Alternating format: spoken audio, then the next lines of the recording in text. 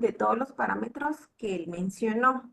El objetivo de la clase es que ustedes puedan diagnosticar, pues evaluar a sus pacientes, ¿verdad?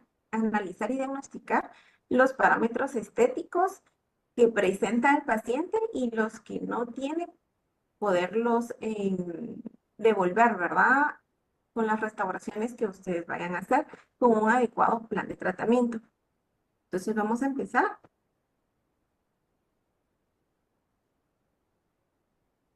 Uno de los objetivos principales del tratamiento dental es imitar o emular los dientes naturales y poder diseñar sonrisas de la manera más natural y estética. Esto basado en necesidades individuales, pues, de cada paciente.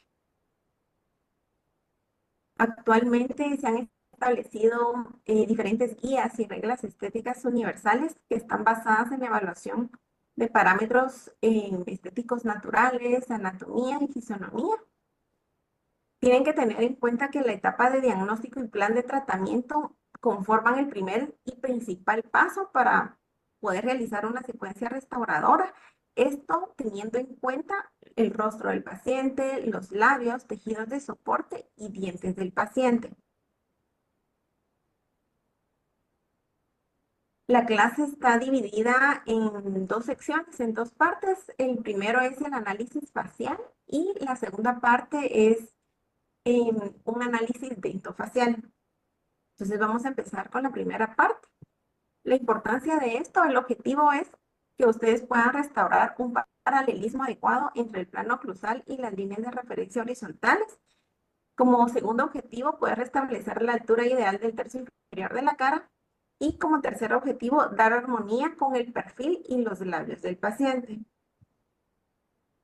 Entonces vamos a empezar en una visión frontal. Tenemos líneas de referencia. Una de las primeras, como les mencionó el doctor, es la línea interpupilar. Esta va a pasar a través del centro de las pupilas. Idealmente debería ser paralela al plano horizontal. Otras líneas paralelas que tenemos como referencia es la interorbital, la intercomisural e interalar. Acá tenemos una imagen en donde podemos observar las líneas de referencia a la interpupilar, la interorbital y la intercomisural. Esto es lo ideal, ¿verdad? Que deberíamos de analizar en nuestros pacientes. Pues no todos somos simétricos, ¿verdad? Entonces vamos a encontrar asimetría en ciertos puntos. Acá tenemos otra fotografía de la línea interorbital.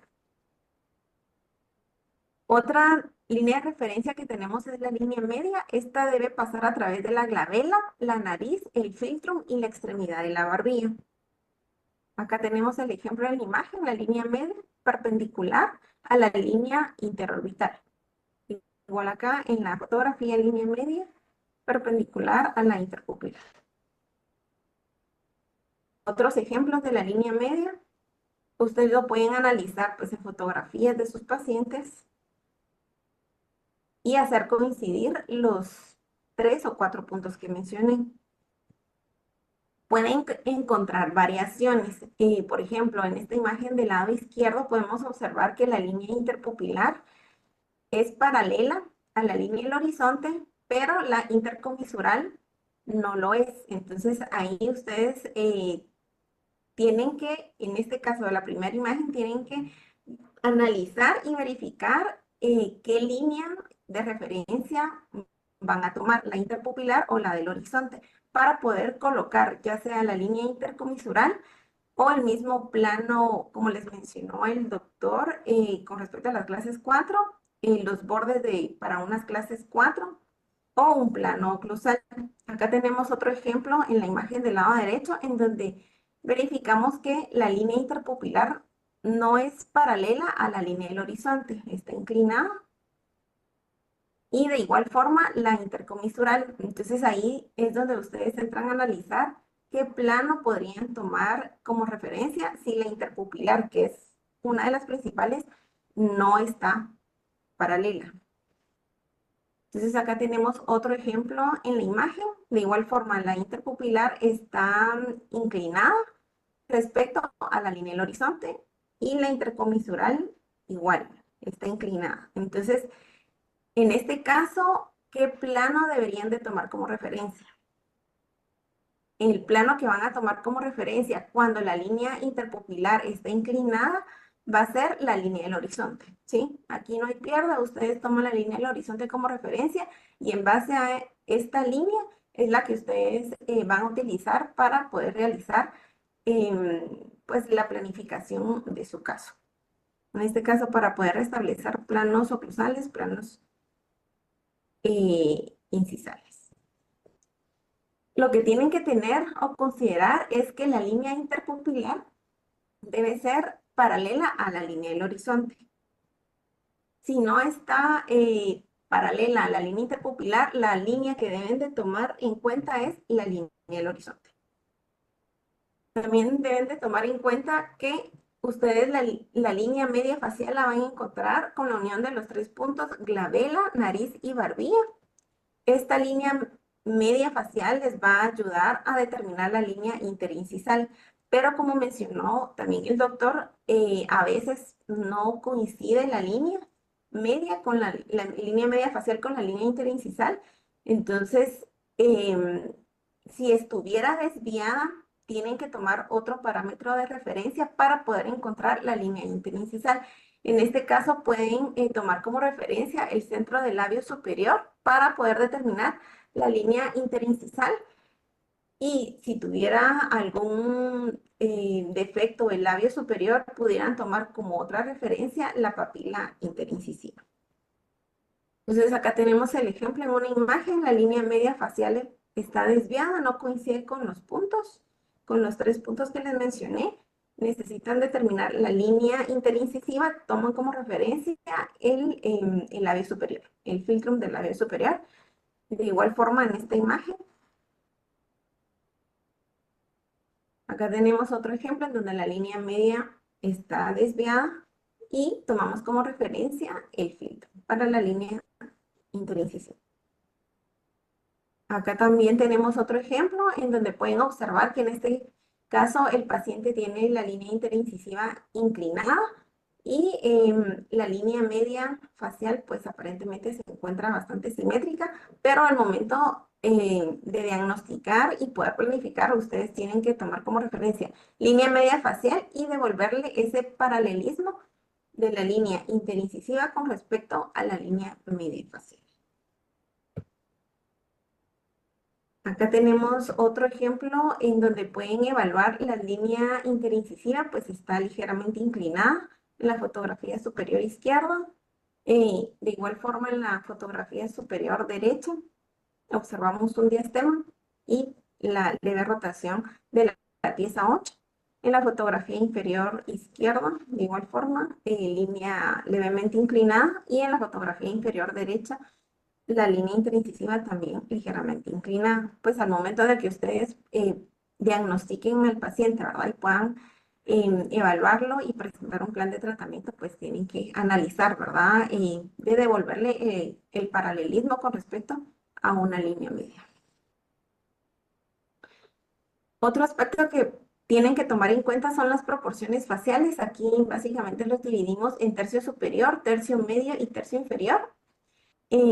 Pues nos vamos a enfocar en el tercio inferior, que va de la línea interalar al extremo de la barbilla. Acá tenemos la imagen del tercio superior, del tercio medio y el tercio inferior. De igual forma en esta fotografía tenemos otras fotografías con el tercio superior, el tercio medio y el tercio inferior. Lo que ustedes deben de considerar es que en el tercio inferior podemos evaluar la dimensión vertical y tener en cuenta cuando hay una dimensión vertical reducida, que es una variación en el tercio inferior. Usualmente ustedes pueden observar reducción en la visibilidad labial, bordes de los labios tienden a doblarse hacia el interior y la profundidad o concavidad de la barbilla pues es mucho más prominente. Acá tenemos un ejemplo en la imagen donde pueden observar una disminución del tercio inferior de la cara. Igual forma aquí en la imagen derecha, pues casi no se observan los labios, el mentón o la prominencia del mentón está mucho más marcado. Acá tenemos otras fotografías en donde podemos observar pues una sonrisa o exposición de labio en reposo que casi el paciente pues no se observan los tercios incisales por diferentes cuestiones, por atrición, alguna fractura. Y en la parte, en la fotografía inferior izquierda, de igual forma, casi no vemos los labios. Ya al momento de que el paciente sea rehabilitado, pues ya pueden observar en los tercios incisales de los centrales y laterales. Y de igual forma, en la fotografía inferior derecha pueden observar que el paciente pues ya es mucho más visible sus labios. En una visión lateral, también es otro factor que ustedes pueden evaluar en el paciente y lo que pueden evaluar es diferentes perfiles. En este caso tenemos el perfil normal. Hay 3 puntos de referencia. Van a utilizar la glabela, el subnasal y el extremo del mentón o la barbilla. Las líneas que se unen van a formar aproximadamente 170 grados en un perfil normal. Entonces acá tenemos los 3 puntos de unión en un perfil normal. En un perfil convexo, en este caso el valor del ángulo se reduce, hay una divergencia posterior marcada. Aquí podemos observarlo. Pues esto también lo pueden evaluar ustedes en fotografías del paciente. Y un perfil cóncavo, que aquí el valor del ángulo es mayor a 180 grados. Aquí podemos observar el perfil cóncavo. Apariencia de una pues, clase 3. Otro dato que podemos evaluar es la línea E. Esta básicamente es una evaluación de la posición de los labios con referencia a una línea que une la punta de nariz con la punta del mentón. Aquí observamos la línea que va de la punta de nariz a la punta del mentón. Pues se dice que todo la posición del labio que está por detrás de esta línea pues se considera estética. Según este autor, el perfil normal del labio superior se sitúa aproximadamente 4 milímetros por detrás de la línea E y el inferior 2 milímetros por detrás de la línea E. Otro parámetro que pueden evaluar es el ángulo nasolabial, que está formado por la intersección de 2 líneas en el área subnasal. Va en una línea en la base de la nariz y la otra tangente en el borde externo del labio superior. Ya tenemos la primera línea, base de nariz, y la segunda línea en la parte externa del labio superior. Dentro de los perfiles normales encontramos un ángulo de 90 a 95 grados en hombres y un ángulo de 100 a 105 grados en mujeres. Otro parámetro que tienen que tomar en cuenta son los labios. En este caso, la importancia es que los labios van a identificar los límites dentro de los cuales se debe realizar la rehabilitación protésica o cualquier tipo de restauración. Recuérdense que ustedes trabajan dentro del espacio protésico. Tienen que respetar siempre el espacio neutro de cada paciente. Entonces pueden encontrar labios delgados, labios medios y labios gruesos. De igual forma, la altura o la longitud del labio superior también puede variar y también al momento de que ustedes evalúen sonrisa, pues si el paciente tiene un labio corto, tiende a mostrar mayor diente, altura de diente, y si tiene un labio en altura más largo, ¿verdad? Usualmente tiende a mostrar menor cantidad de diente. Entonces, este es el resumen de lo que ustedes pueden analizar en un análisis facial. Y aquí solo para distraerlos un poquito, alguien me puede decir, analizar la imagen y cuántos tigres se encuentran, cuántos rostros de tigres pueden encontrar.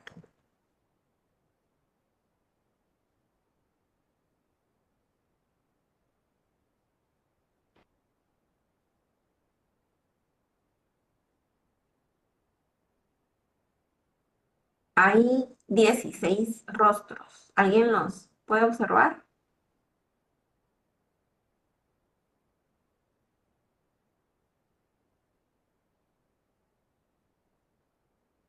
¿No?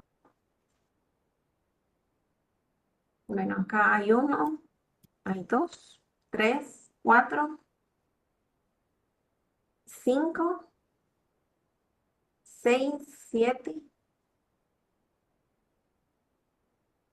ocho, nueve, 10, 11, 12, 13, 14, 15 y 16. Muy bien, para los que participaron. Ahí estamos. Entonces vamos a seguir con la segunda parte, que es el análisis dentolabial. Lo que tienen que considerar en este análisis es la relación, y tienen que tener en cuenta la relación que tienen los tejidos duros con los tejidos blandos. En la estética dental y gingival siempre van a actuar conjuntamente para poder proporcionar una sonrisa armónica y equilibrada. Entonces, tienen que tener en cuenta que usualmente evaluamos el tercio inferior de la cara, evaluamos labios y dientes, y usualmente evaluamos esto en una fase de sonrisa, reposo y habla. Este es el listado que se les va a explicar. Es un listado de Belzer en donde se dividen los criterios, distintos criterios objetivos y aparte criterios subjetivos. Entonces, dentro de estos criterios objetivos que ustedes pueden evaluar, hay 14 criterios. El número 1 es la salud gingival. El 2, las troneras gingivales o llenado gingival. El 3, ejes dentales. 4, cenit del contorno gingival. Y 5, equilibrio entre márgenes gingivales. Si pueden darse cuenta, los primeros 5 criterios son de tejido de soporte, tejido periodontal. Es importante que ustedes tengan en cuenta que independientemente del tipo de restauración que ustedes vayan a hacer o antes de empezar a restaurar al paciente, em, tengan una salud periodontal adecuada. El paciente tiene que estar libre de inflamación, libre de sangrado. De hecho, en la facultad, luego que ustedes salen de la fase 5, el primer tratamiento casi siempre es la limpieza dental, ¿verdad? Entonces, es importante que antes de empezar la parte restaurativa, el paciente tenga una estabilidad periodontal. No pueden trabajar con tejido periodontal o encías que no están sanas, que están inflamadas, que están con sangrado. Entonces, el número 6, estamos evaluando el nivel de contacto interdental. El 7, dimensiones relativas del diente. 8, rasgos básicos de la forma del diente. 9, caracterización del diente. 10, textura superficial. 11, color. 12, configuración del borde incisal. 13, línea del labio inferior. 14, simetría de la sonrisa. Entonces, todos estos criterios objetivos son los que ustedes deberían de tener en cuenta, poder evaluarlos y diagnosticarlos en sus pacientes antes de poder presentar y realizar un plan de tratamiento. Y dentro de los criterios subjetivos tenemos variaciones en la forma del diente, alineación y posición del diente, longitudes relativas de las coronas y espacios negativos.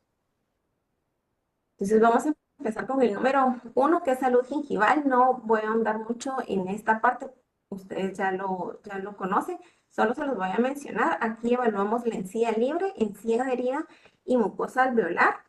Acá tenemos la encía libre, la encía adherida y mucosa alveolar, y como se darán cuenta es una encía sana, una encía libre de inflamación y libre de sangrado. En el aspecto número 2 tenemos las troneras gingivales o llenado interdental. En una encía joven y sana, pues los espacios interdentales van a estar ocupados del festoneado de los tejidos blandos, que en este caso es la papila interdental. Como pueden observar aquí en la fotografía, el espacio interdental, pues está en la posición de la papila, sano, sin inflamación y sin sangrado. Acá tenemos otra fotografía en donde podemos observar las papilas interdentales. Recuérdense que si ustedes ya observan algún espacio negro o alguna sombra, a nivel del espacio interdental o la papila pues ya está muy retraída, es porque ya ha habido pérdida del tejido óseo por algún problema periodontal.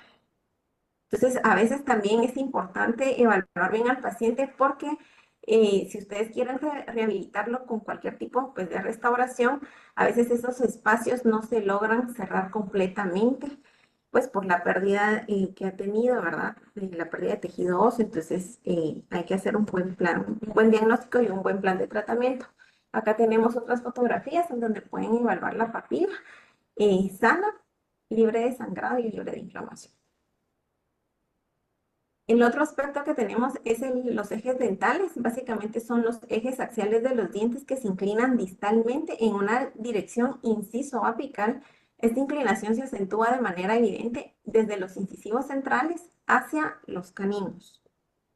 Entonces acá tenemos el ejemplo, los ejes axiales o eje medial, que va desde el central hacia lateral y canino y así sucesivamente, desde incisal hacia apical. Otro ejemplo, de igual forma ustedes lo pueden evaluar en una fotografía de los centrales, los ejes de los laterales y ejes de los caninos. El cuarto aspecto es el cenit del contorno gingival, que es el punto más apical del contorno gingival. Normalmente se sitúa distal al eje medial del diente. Acá tenemos el ejemplo en la fotografía superior izquierda, tenemos el eje medial y levemente distal tenemos el cenit, la posición del cenit en el central, en el lateral y en el canino. Aquí en la fotografía inferior también, cenit del central, lateral y canino, distal al eje medial. El aspecto número 5 es el equilibrio entre los márgenes gingivales. Acá hay dos divisiones. Aquí lo que ustedes evalúan es que el margen gingival de los incisivos laterales debe situarse un poco más coronal comparado con la situación del margen de los incisivos centrales y caninos. A esta primera clasificación se le va a llamar altura gingival clase 1 y la segunda clasificación es donde el margen gingival de los incisivos laterales se sitúa apical con respecto a los incisivos centrales y caninos. Entonces, esto es lo que ustedes pueden encontrar y evaluar en sus pacientes. En una clase 1, el margen gingival de lateral está situado más hacia incisal o coronal con respecto al central y al canino. Igualmente en esta fotografía inferior, el margen del lateral está más hacia incisal con respecto al margen del central y canino. Y la otra variante, que es la clase 2, es donde el margen del lateral, margen gingival del lateral, está ubicado hacia apical con respecto del margen del central y el canino, ¿sí? Entonces, estas dos variantes las pueden encontrar ustedes en sus pacientes. Esta es una clase 1 y clase 2. Acá tenemos la clase 1 y la clase 2. Este es un ejemplo en donde pueden observar, pues la paciente presenta la pieza 6 con una altura inciso cervical del canino pues mucho más pequeña a comparación del central. Entonces se procede a medir con una sonda periodontal. Esto pues lo pueden realizar para poder evaluar, ¿verdad?, el espacio disponible y poder decidir si se pudiera realizar ya sea una gingivectomía o un alargamiento de corona para poder mejorar la altura de la pieza 6. En este caso, pues fue posible una gingivectomía y como pueden observar acá, el canino quedó mucho más largo a como ella venía, ¿verdad? Entonces, esto es mucho más estético a la fotografía superior, ¿sí? Entonces, eso es lo que pues ustedes pueden evaluar al paciente. De igual forma, en la pieza número 11, ustedes pueden observar que el canino es mucho más corto en longitud a comparación del central. Idealmente deberían de estar casi al mismo nivel. El aspecto número 6 es la situación del punto de contacto interdental. Acá está relacionado con la posición y morfología del diente Idealmente es más coronal o incisal entre los incisivos centrales y tiende a migrar apicalmente hacia cervical en la dentición posterior. Entonces acá tenemos punto de contacto más incisal en la parte anterior y va más cervical en los dientes posteriores. Ya tenemos punto de contacto entre lateral y central, entre lateral y canino. De igual forma, ustedes pueden evaluar aquí en la paciente, ¿verdad? Viendo la sonrisa, los cenit-gingivales, la inclinación, el eje medial del diente. Y pueden observar también que el margen de los caninos pues es más bajo que los centrales. Otro aspecto que tienen que tomar en cuenta son las dimensiones relativas de los dientes. Según la historia, la proporción de las dimensiones se identificó durante mucho tiempo con los principios clásicos del arte y la arquitectura, dando como resultado el teorema matemático o la proporción áurea, también llamado proporción dorada. Esto para poder determinar las llamadas distancias mesiodistales ideales, que son reglas aplicadas a los dientes vistos desde un plano frontal. Pues usualmente esto pues ya no lo utilizan, pero este fue su origen, ¿verdad? Con esta proporción, pues los dientes se miraban mucho más angostos en un plano frontal. Lo que tienen que tener en cuenta también es que la percepción de la simetría, la dominancia y la proporción están estrechamente relacionados con tres factores. Uno es la altura del diente, dos, el cociente anchura-altura de la corona y tres, las líneas de transición angular, como les mencionó el doctor, y otras características de la forma de los dientes.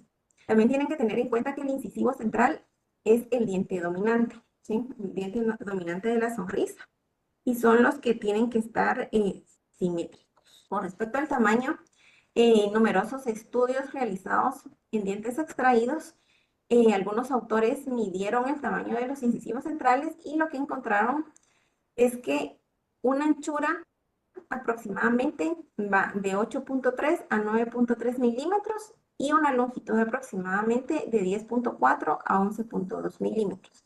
Pues son promedios y respecto a una proporción, casi todos los estudios de proporción dental han concluido que la anchura de los incisivos centrales es aproximadamente el 80% de su longitud.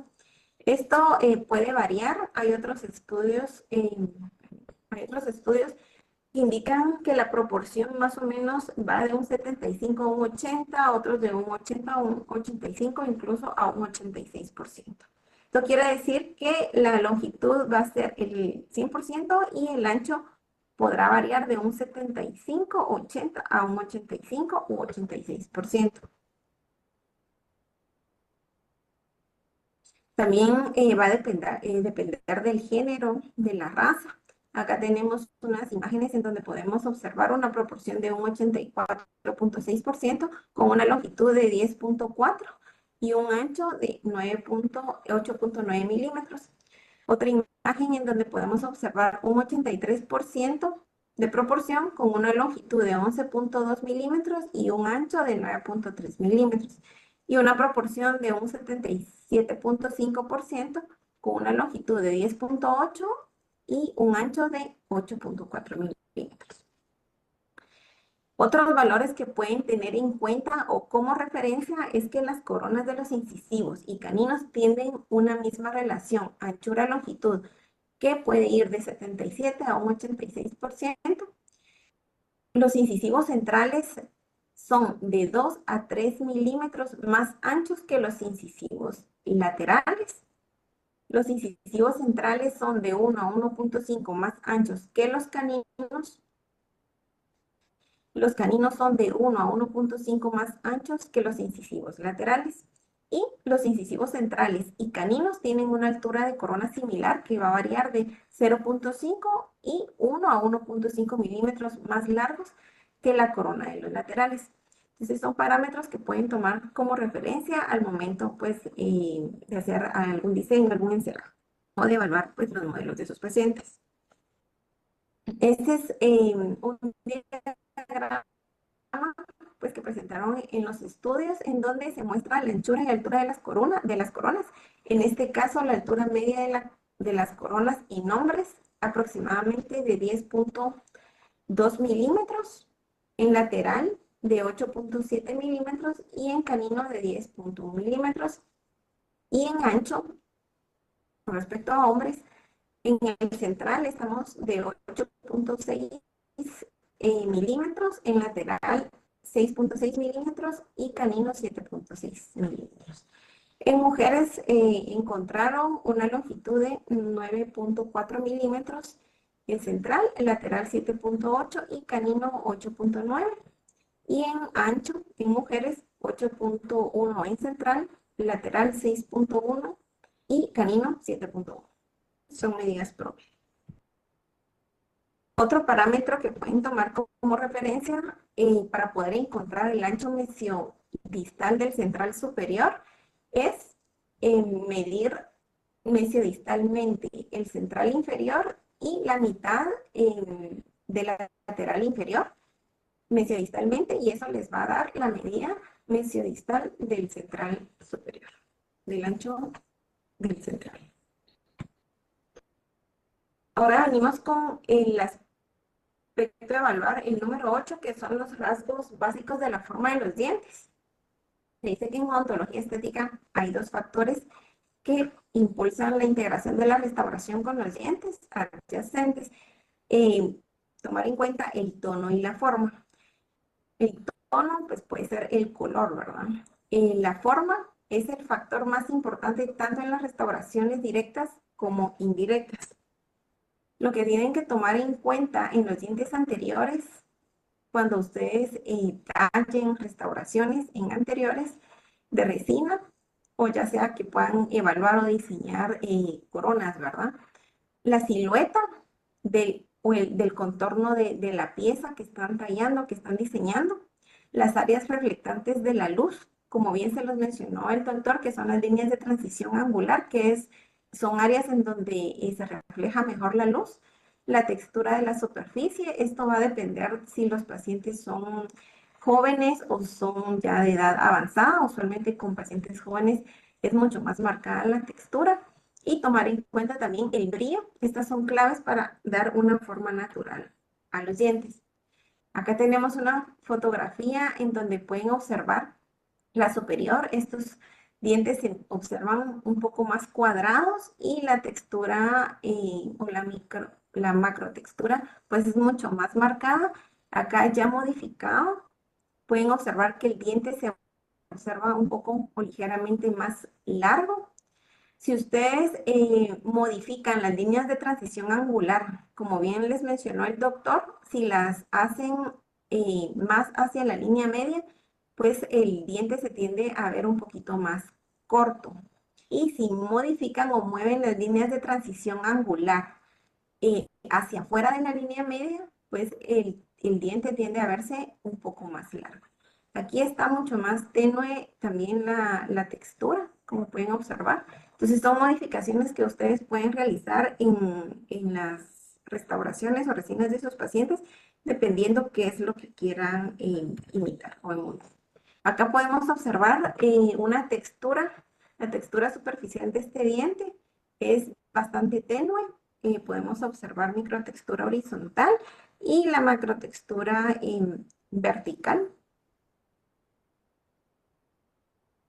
Acá tenemos fotografía de un diente mucho más joven, la textura horizontal es mucho más marcada y la macrotextura vertical también pues se define más. Acá tenemos lóbulo mesial, lóbulo central y un lóbulo pues, puede ser mesial o distal.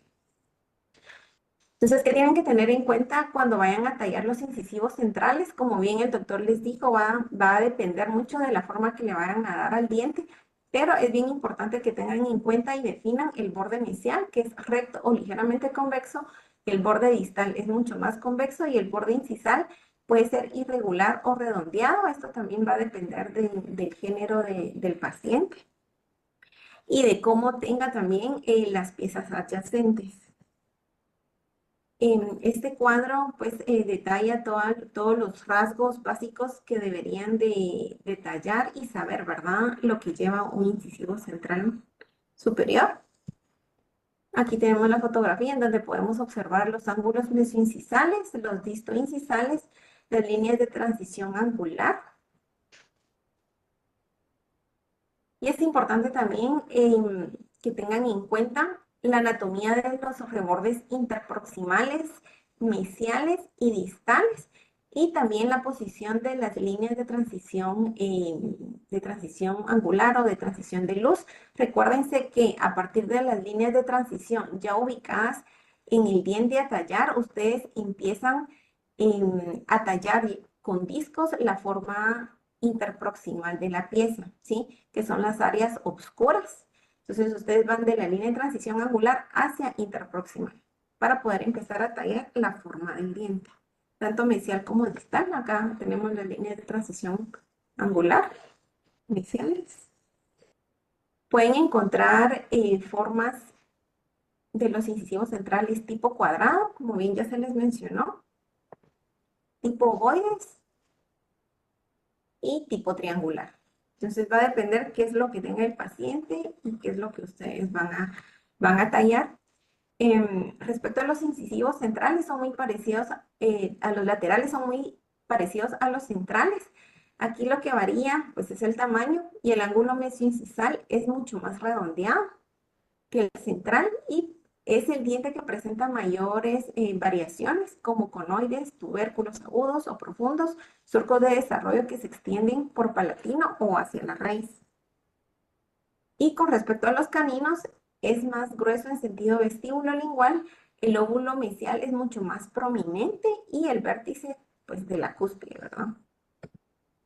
Tenemos el lateral, línea de transición angular, sus ángulos mesioincisales y distoincisales, de igual forma el canino.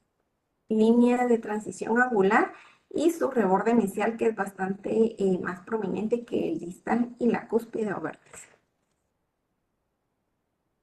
Entonces, ¿qué tienen que tener en cuenta para poder definir una forma, pues una adecuada forma, ¿verdad? En los dientes anteriores, es que primero tienen que reconocer la silueta del contorno, ¿sí? Marcar todo el contorno, luego tienen que determinar la forma principal, que también llamado anatomía primaria, esto va a depender del diente que vayan a tallar y de las piezas adyacentes. Luego tienen que determinar en la macrotextura superficial, vertical y horizontal. Esta también es llamada anatomía secundaria. Y como les mencioné, esta textura superficial, ya sea vertical o horizontal, va a depender de los dientes adyacentes del paciente, ¿verdad? Si tiene muy marcada la textura o no, eso es lo que ustedes van a tratar de imitar. Y la microtextura superficial horizontal, que también es llamada anatomía terciaria. Cuando ustedes vayan a tallar la macrotextura superficial, idealmente se empieza con la macrotextura vertical y por último dejan la horizontal. Entonces, como recordatorio, marcar el contorno o la silueta del diente, ubicarlo, marcar las líneas de transición angular. Ya con estas líneas de transición angular, ustedes ya empiezan a tallar la forma del diente, si va a ser un diente cuadrado, ovoideo o triangular. De las líneas de transición angular ya ubicadas, ustedes empiezan a tallarlo hacia interproximal para poder empezar a darle la forma al diente, ¿sí? Ya sea que las alejen o que las acerquen, van a depender si tienen un diente corto o un diente largo. Luego, si tienen textura el paciente bien marcado, ustedes ya pueden definir la macrotextura vertical, que en este caso pues son los lóbulos de desarrollo que ustedes marcan. Recuérdense que el central tiene 3 lóbulos de desarrollo, mesial, central y distal, y ustedes van a ubicar aquí las leves depresiones triangulares. Por último, ustedes pueden marcar, también dependiendo de lo que están tallando, la microtextura horizontal. Entonces, con respecto a la anatomía primaria, que es la forma principal del diente, tienen que tener en cuenta pues que la anatomía es el factor principal y esto está influenciado por las líneas reflectantes de luz y las áreas de sombra que están a los lados o interproximales, ¿verdad? Entonces ustedes deciden la forma que van a tallar dependiendo del diente adyacente, ubican las líneas de reflexión de luz y a partir de esas líneas de reflexión de luz ustedes empiezan a darle forma al diente hacia interproximal, tanto mesial como distal, para poder empezar a crear los rebordes, ¿sí? Y si quieren un diente largo o un diente corto, eso pues ya lo es lo que ustedes van a tratar de definir. Para definir la anatomía primaria, tienen que buscar tres factores que les van a dar el contorno. Entonces, como recordatorio, primero ubicar, pues decidir la forma que le van a dar al diente, luego ubicar las líneas de transición angular.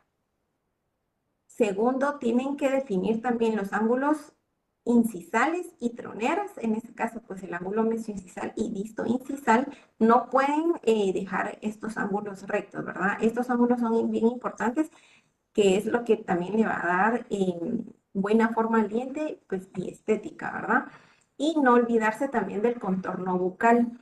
Ustedes cuando pues tallan resinas, pues nosotros estamos ubicados pues en la parte posterior de la cabeza del paciente a una angulación más o menos de 45 grados que tiene la visión. Acostúmbrense siempre a observar en este caso los bordes incisales en una vista, pues con el espejo intraoral, en una visión indirecta, porque a veces no nos damos cuenta o no se dan cuenta y el contorno bucal queda plano o queda mucho más grueso. Entonces ustedes con una visión indirecta, ayudándose con el espejo intraoral, ustedes pueden observar la forma que le van dando al contorno bucal. Recuérdense que al momento también de tallar la forma a nivel del contorno bucal, acá tenemos tres planos: plano cervical, plano medio y plano incisal. No es un solo plano, no es un plano recto, a 90 grados en esta imagen, ¿verdad? Entonces, tenemos los tres planos y son los tres planos que ustedes tienen que tallar para poderle dar una buena forma al diente. Entonces, acá podemos observar en estas imágenes, estas las van a encontrar en el artículo que se les va a subir. Ustedes deciden la forma, ubican las líneas de transición angular. Esto puede ser con un lápiz, un grafito o un lápiz bicolor. Si quieren un diente corto, largo, entonces la forma la pueden tallar con discos Soflex, pues que es una de las marcas, pues discos abrasivos de cualquier marca. Lo importante es que ustedes sepan que estos vienen con diferentes granulometrías.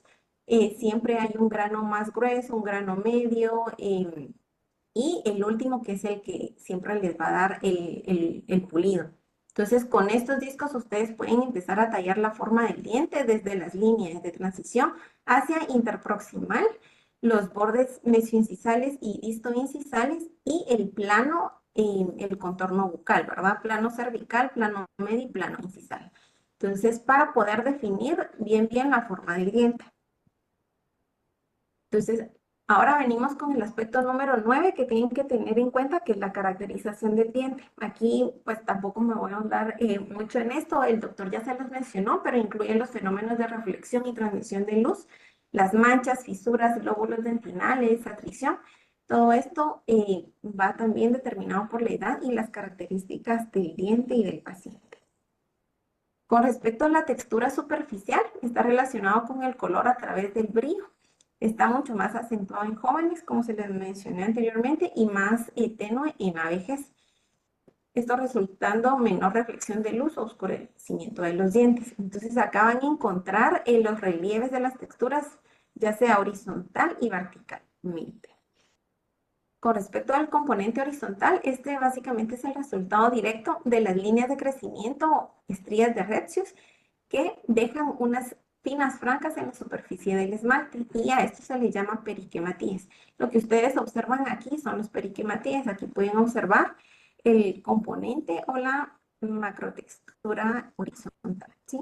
Usualmente es mucho más visible en dientes jóvenes. Con respecto al componente vertical, está definido por la segmentación superficial del diente en los diferentes lóbulos de desarrollo. Como les mencioné, el lóbulo mesial, lóbulo central y lóbulo distal. Y acá, entre cada lóbulo, pues ubicamos, en este caso, las dos depresiones de la división de los lóbulos.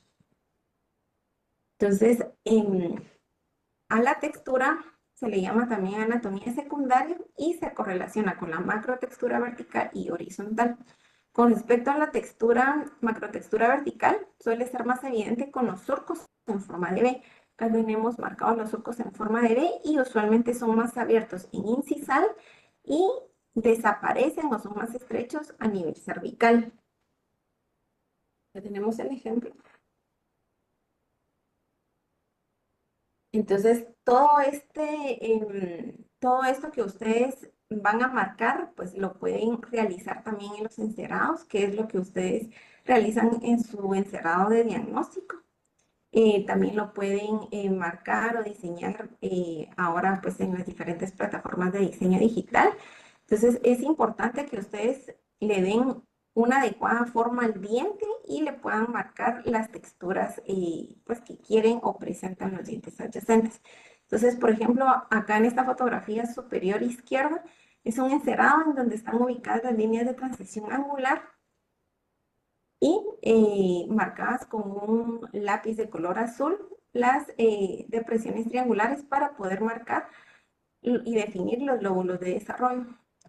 Acá, como les mencioné, luego de las líneas de transición angular, ustedes ya con los discos pueden empezar a darle forma al diente y posteriormente podemos marcar la macrotextura vertical.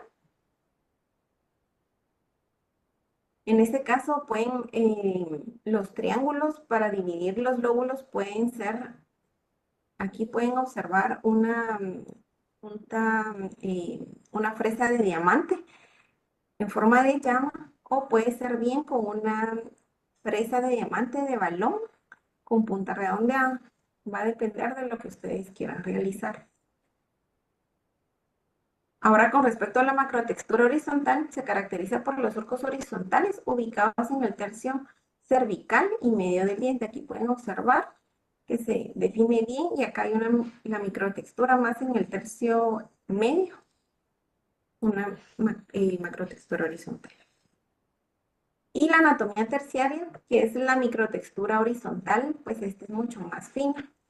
Entonces, y es más visible en el tercio cervical medio. Esta también la pueden ustedes marcar en las restauraciones con esta fresa de diamante. Entonces, acá como recordatorio, definen la forma del diente, realizan o marcan la macrotextura vertical y de último la macrotextura o microtextura horizontal. Y de último, pues ya le dan el pulido final a la restauración. El otro aspecto es el color. Acá no, tampoco voy a hablar del color, ya tuvieron la clase de color. El otro aspecto que pueden evaluar es la curva incisiva frente al labio inferior. Aquí van a evaluar ustedes el plano incisivo, que es una línea recta que une los puntos más incisales de los centrales y caninos. Entonces, la primera curva incisiva que tenemos es la curva convexa. Esta es, pues, la ideal, ¿verdad? Que debería de tener el paciente o la que deberían de devolverle al paciente. Aquí el plano incisivo, cuando se observa de frente, tiene una curva convexa que sigue un paralelismo a la concavidad natural inferior del labio inferior, mientras el paciente está sonriendo. Usualmente los laterales están situados 1 milímetro más alejados de la línea convexa de los bordes incisales de los caninos e incisivos centrales. A esta línea también se le llama ala de gaviota. Entonces aquí pueden observar el plano incisivo convexo, que es paralelo a la curvatura del labio inferior, ¿sí? Entonces, pues se ve bastante armónico, estético. Podemos tener variaciones. Puede haber una curva incisal sin contacto con respecto al labio inferior, un plano o una curva incisiva en contacto con el labio inferior y una curva incisiva que en este caso pues está cubierta por el labio inferior. Entonces va a depender de cada paciente, pero son las tres variantes que pueden encontrar. Y tenemos una curva incisal plana, que en este caso, si se dan cuenta, no es paralela a la curvatura del labio inferior.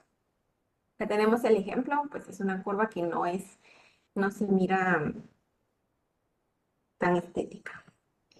Y una curva incisal inversa, que es contraria a la curvatura del labio inferior. Entonces, estas son variantes que pueden encontrar en sus pacientes y de lo que ustedes, pues ya analizando todos los aspectos que hemos revisado, evaluar bien al paciente para ver qué es lo que pueden proponerle, ¿verdad? Los diferentes planes de tratamiento. Aquí pueden observar en la fotografía superior izquierda qué tipo de curva encontramos. ¿Alguien que me diga?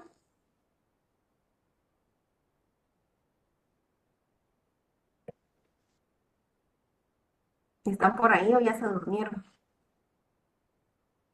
Acá tenemos una curva incisal, pues se puede observar plana. En la fotografía superior derecha podemos observar una curva incisal inversa.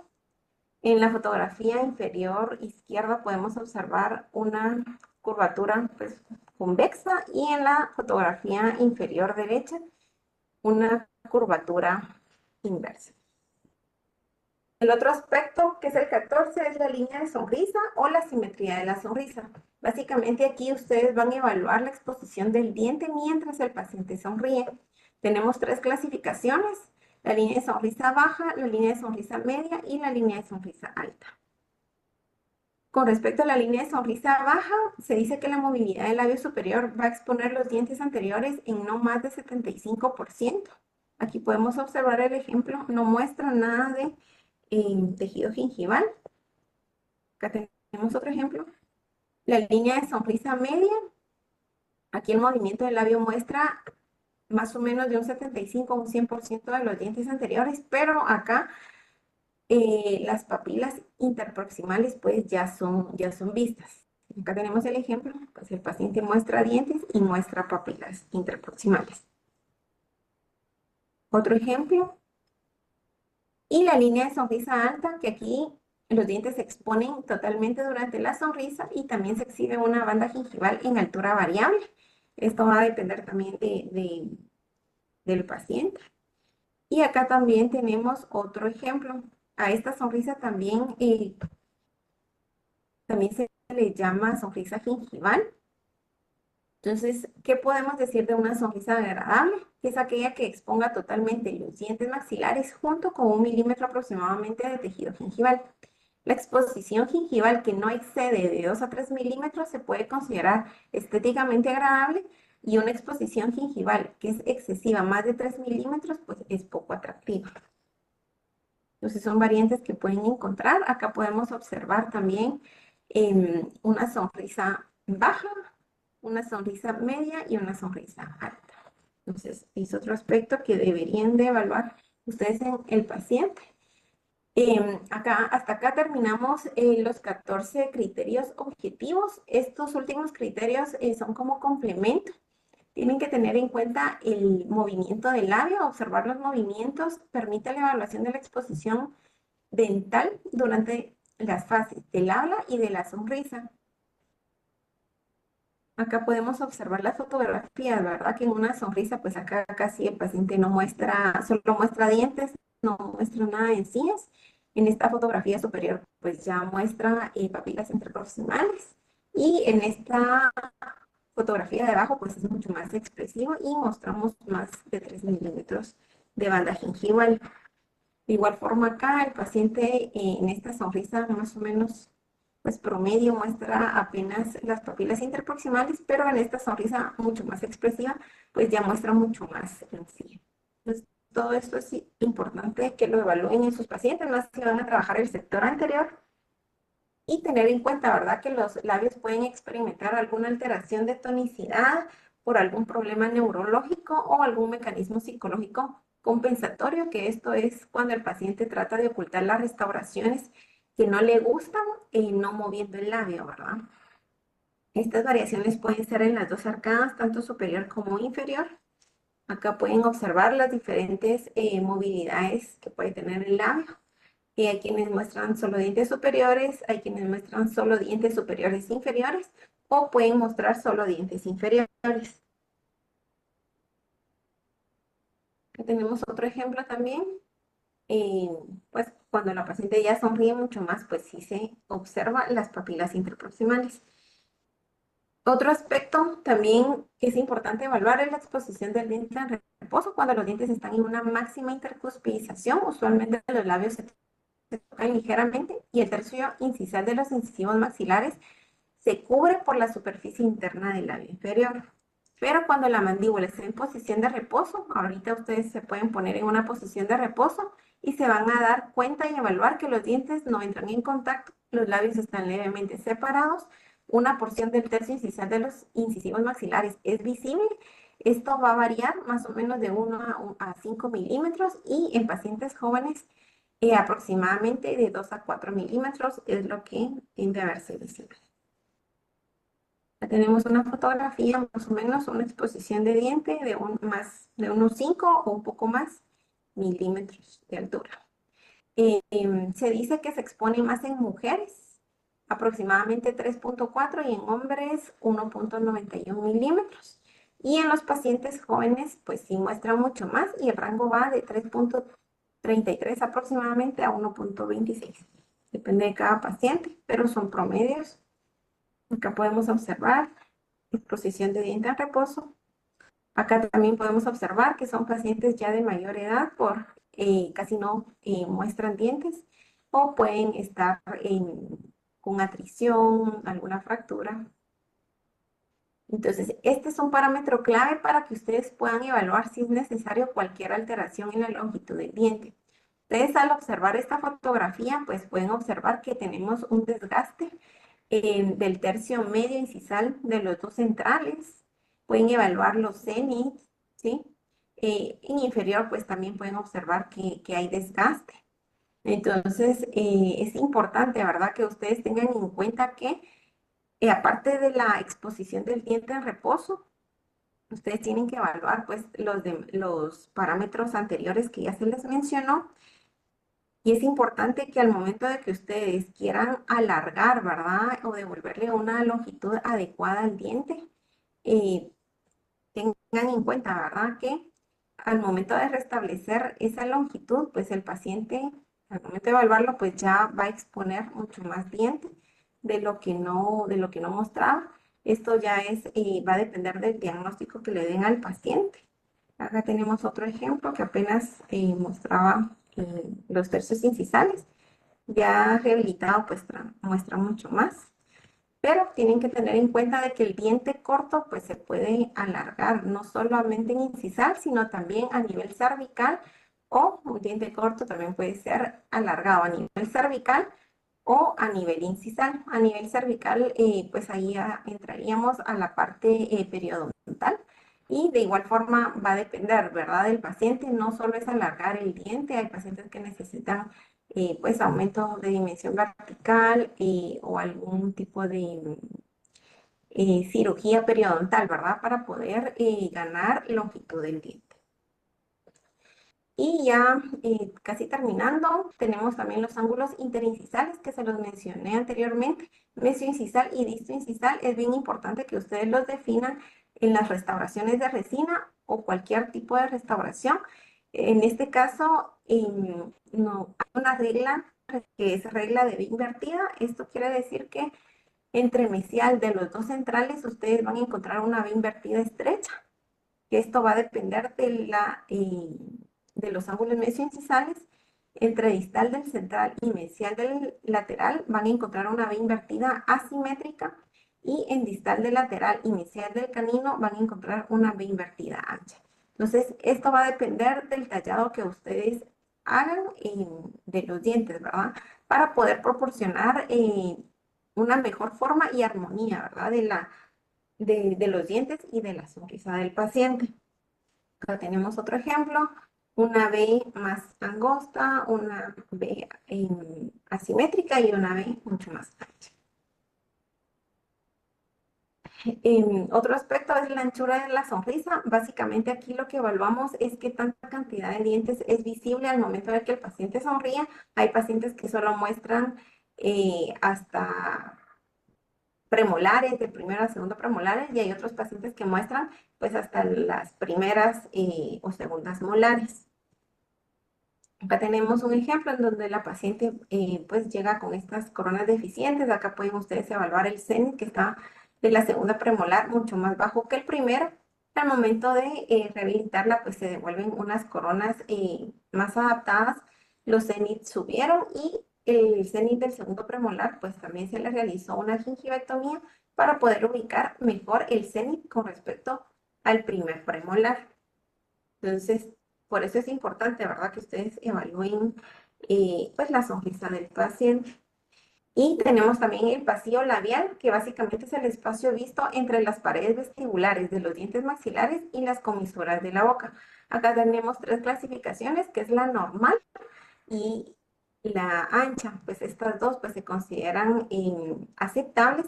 Ya la ausente pues no es tan estética como se podrán dar cuenta, ¿verdad? Esto también lo pueden evaluar bien cuando ustedes están ajustando rodetes de prótesis total.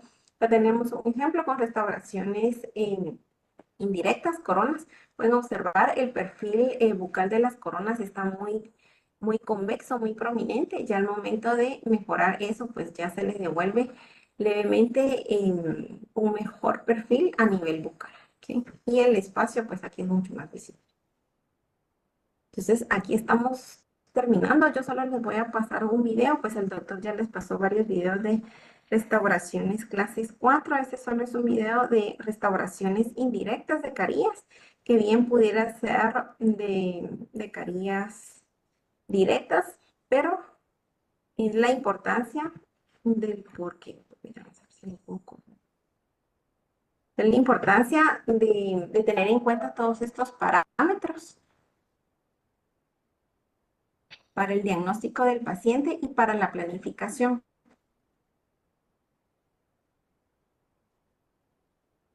Como pueden observar ahí, fotografías del paciente, sonrisa, líneas horizontales, verticales como referencia. Se puede observar el despliegue gingival, las alteraciones de los dientes, dándole forma adecuada, el plano incisal. Esta es ya la prueba de mock-up que les mencionó el doctor antes de empezar a trabajarle al paciente. Un antes y un después. Entonces, ya aceptado el plan de tratamiento, pues ya pueden empezar a trabajar.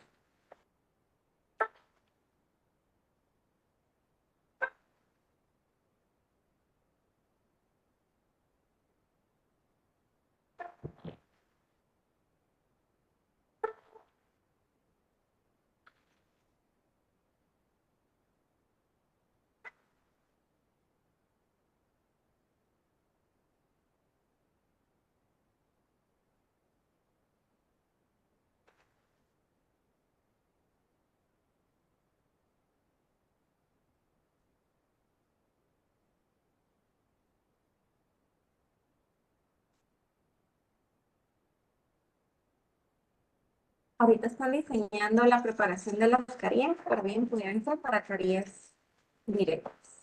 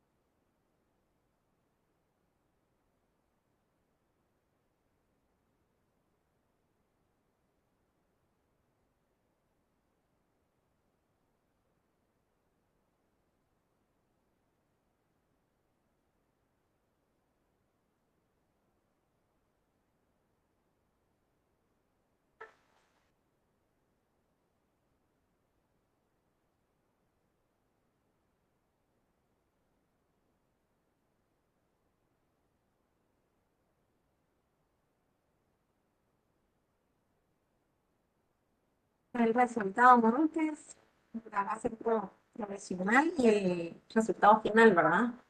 Después de haber realizado un buen diagnóstico y un buen plan de tratamiento.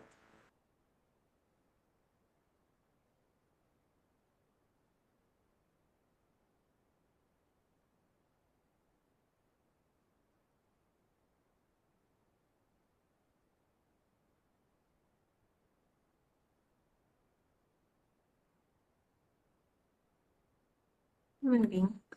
Entonces ahí estaremos terminando. No sé si hay alguna duda, pregunta.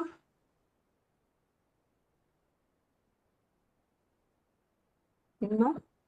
Yo Bueno, creo que excelente. no, solo es falta de costumbre de algunos términos, pero sería de repasar, no se preocupe. Muy bien. Sí, ahí en la plataforma van a estar subidos los capítulos y artículos que les voy a dejar. Pues si no hay alguna otra pregunta, aquí estaríamos terminando. Muchas gracias. Bueno, feliz día. Feliz tarde a Gracias, todos. doctora. Gracias. Feliz tarde.